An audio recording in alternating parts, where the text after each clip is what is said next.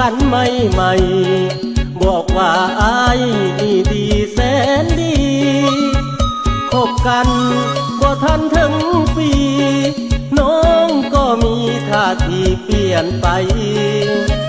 บอกฮักเป็นยังบ่บอกมาตัวมาหลอกอายยังสามวัยเห็นอายเป็นคนจังใดคือเฮ็ดใส่กันคักแท้น้อจนหรือรวยก็หูน้องเห็นอยู่ฐานะของอายอาชีพเผาถ่านส่งขายหาเงินใส่ก็ยังบ่พอรวยจนมันบ่สำคัญเว้ากับอายนั้นยังจำได้บ่น้องสร้างลืมไว้แท้น้อบอกได้บ่เหตุผลของนางหรือว่าแก้วตาพบทางเลือกใหม่มีคนเขาดีกว่าอายน้องจริงตัดใจเหินห่าง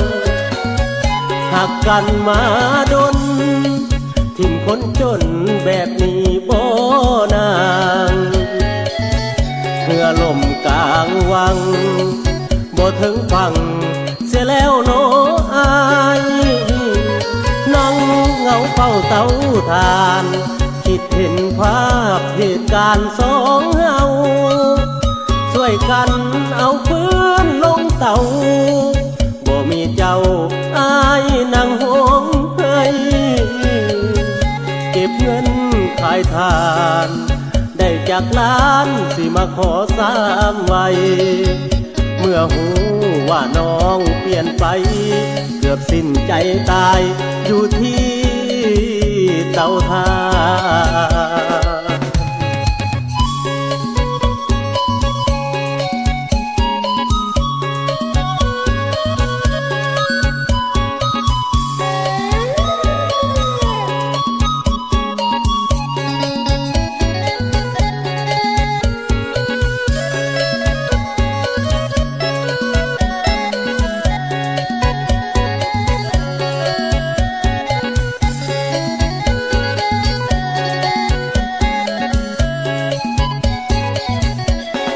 หรื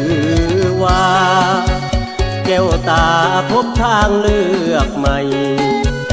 มีคนเขาดีกว่าอายน้องจริงตัดใจเหินห่างหักกันมาดน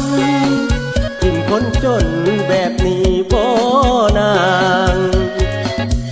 เมื่อลมกลางวังบ่ถึงฝั่งเสียแล้วโนอายนั่งเหงาเฝ้าเตาถ่าน